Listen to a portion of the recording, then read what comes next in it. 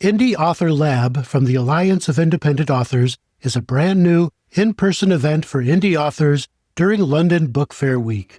Taking place in London on March 11, 2026, it's a full day of mentoring, workshops, and community connection. Created for indie authors by indie authors. Learn more and secure your tickets at selfpublishingadvice.org/indieauthorlab. I'm Howard Lovey of the Alliance of Independent Authors and book editor at howardlovey.com, and you're listening to Inspirational Indie Authors. Every episode, I interview an ally member to find out what inspires them and how they are an inspiration to other authors.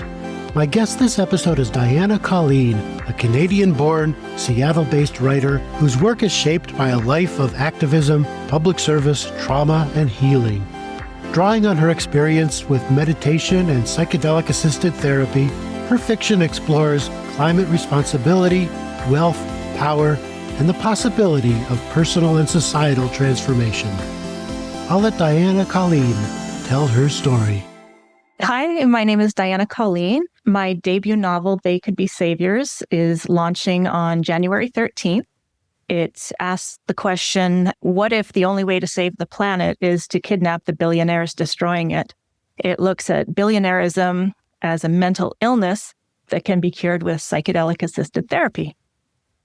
Wow, that's a lot to take in right now. I'm learning new words, including billionairism, and we'll get into that. So let's first talk about where you grew up, and was reading and writing always a part of your life?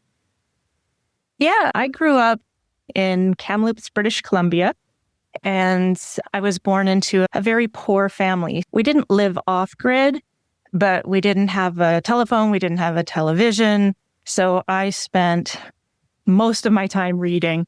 I devoured books as a kid. I didn't really write very much. I wrote poetry as a child, like between the ages of 10 and 15. And then after that, I really didn't think about writing at all. And this book was a total surprise to me. I've never been one of those people that thought I would ever write a book. So it was as shocking to me as it was to my husband that I wanted to write a book. Yeah, sometimes it sneaks up on you, and especially if you have something important to say. So what did you do for a living, or did you go to college or anything like that? Yeah, I put myself through college, working 3 jobs and going to school full time. That was really hard. And I was planning on going to law school, but by the time I finished my bachelor's, I was just so burned out, and I just couldn't face another 3 or 4 years of working so hard. So I decided to go into the RCMP, the Royal Canadian Mounted Police. And while I was waiting to get into the police force, I was a firefighter at Sun Peaks Resort. What appealed to you about public service like that? From a really young age, I'd always had a feeling that it never went away. It still hasn't. That I just felt like I was meant to be part of something that was bigger than myself and part of something that helped society. I've always been kind of an activist, and I've always wanted to make change in society. You were about to tell a story about something that happened. Yeah, that really changed my life. I was sexually assaulted by my boss, and the RCMP decided to kind of victim blame. And they said that I was not candidate anymore because I had allowed myself to be blackmailed, which that's a whole nother story in and of itself. But I didn't know what to do with my life at that point. And I just packed up my cats and whatever I could fit into my car. And I drove to Seattle. And I didn't know what I was going to do. I didn't have citizenship. I didn't know how I was going to work. So it took me about a year living on my savings to figure out how to get citizenship. And I've been here ever since. Why did you pick Seattle as a specific place? Was it just close to where you were, or? Yeah, it's pretty close. And I'd visited a fair amount as a teenager and stuff. So yeah, I just really liked the city. And at the time, it was before 9/11. So, at the border, nobody asked any questions. So it was pretty easy. And then getting citizenship wasn't easy, but I managed to do it. So now I'm a dual citizen. living, I still consider myself to be Canadian first and foremost, though. Well, my mother was born in Toronto, so I'm half Canadian on my mother's side. Yes. And I say things like eggs instead of eggs. But before we go any further, though, and I don't want to put you on the spot, but is there anything, you want to reveal about your assault and how it changed you? It was kind of, I had had a lot of trauma growing up as well. So this was just kind of one more thing on top of everything else. And I've always been the kind of person who just really puts on a strong face and just stuffs everything down. So that didn't really, I didn't spiral after that. But in 2018, which a long time after that all happened, things just kind of bubbled up, and I could no longer ignore everything that had happened to me. And I became suicidal in 2018.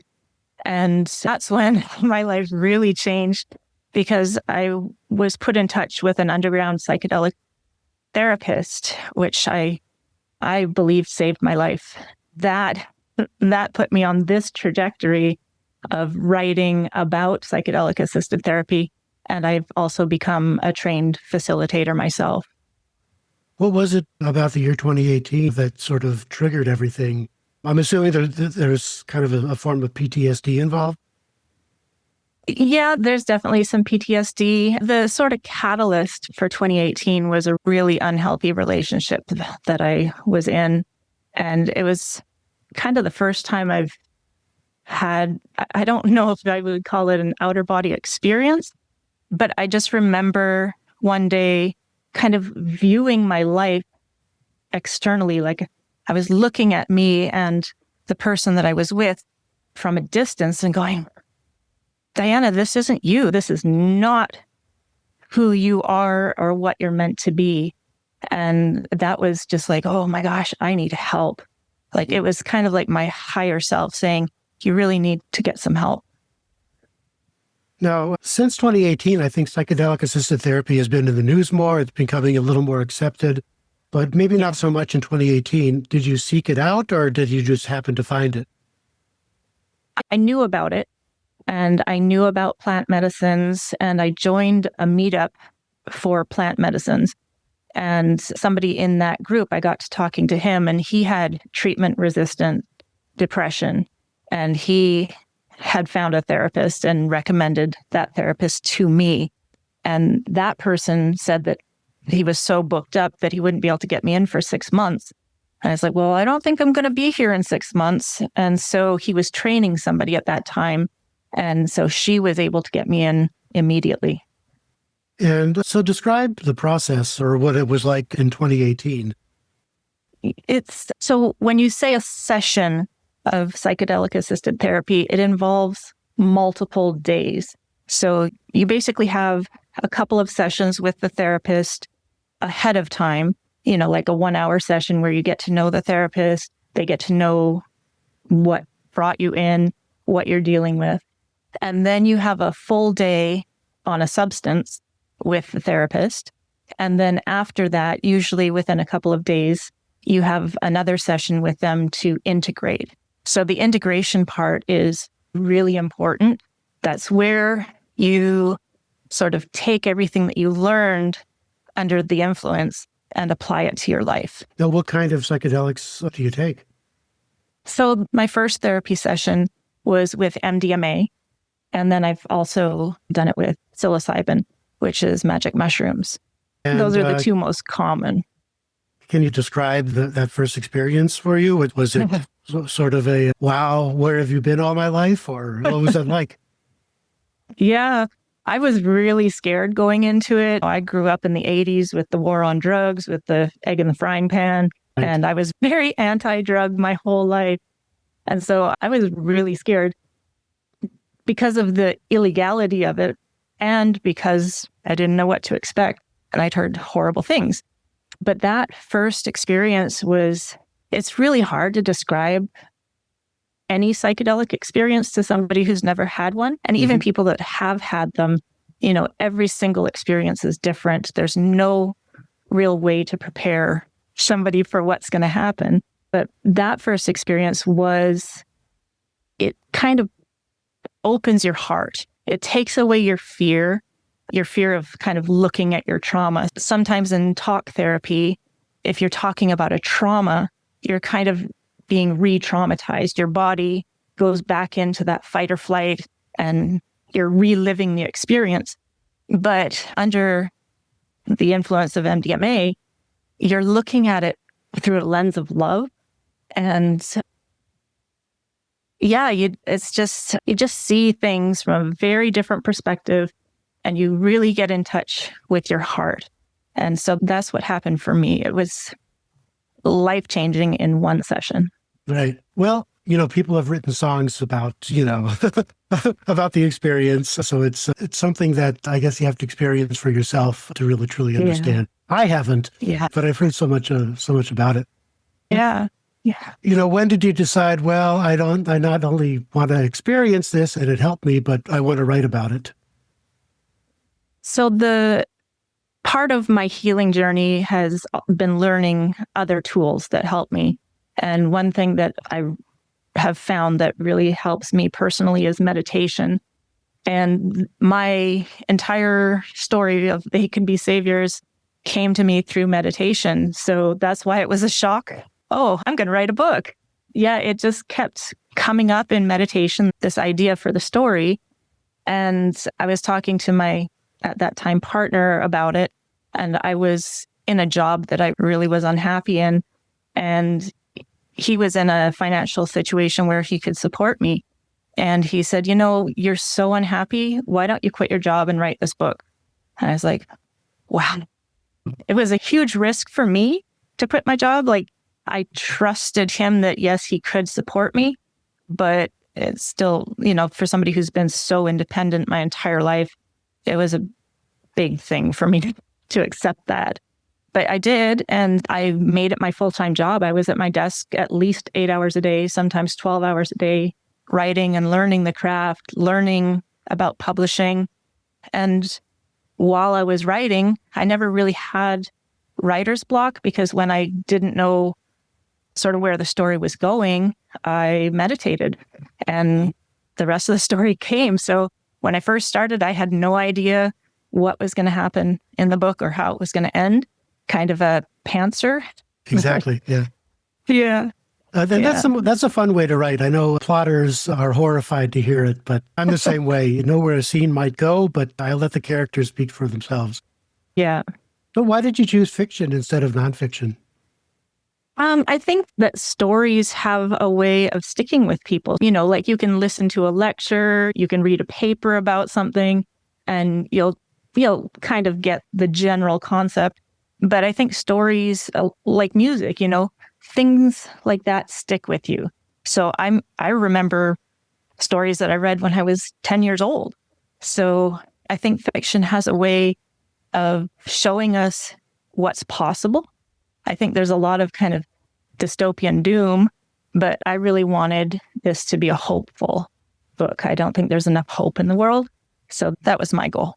A hopeful dystopia. Okay, that's good. Yeah. So tell me about the story then. And I think it's not out yet, but it's coming out later this month? Yeah, January 13th. Yeah, so it's on pre-sale, but it's already won quite a few awards. It's won the Blue Ink Notable Book Award. Kirkus gave me the Get It designation. It won the gold medal from Literary Titan. A couple days ago, it won the Best Digital Books or something. I can't remember. Wow, but yeah, that's wonderful. And all from pre-sales too. That's great. Yeah. So that was my kind of external validation. I didn't know if I'd actually written a good book until, the first award came. I'm like, oh, okay, it's good. And because now I know that it's a good book, I'm putting a lot of money behind it, which is really scary, but I believe in this message. So I'm trying to do everything I possibly can to get the message out there. What kind of message is that? I guess give me the 30-second elevator pitch. The message is billionairism is a curable illness. I don't want society to look at billionairism as success. It is a mental illness that is affecting all of us and the planet. And by changing the narrative around billionairism, I think we can make it so that reform happens. So you've left me behind a little bit. You'll have to define billionairism for me. And is that a term that you coined, or was that pre-existing? I think I coined it. I'm not sure. But I mean, you think about alcoholism, that kind of thing. So I wanted a word that, it shows that it is an illness. And yeah, it's hoarding. We see the TV show Hoarders, and we can see that is a mental illness that is affecting that person and their family.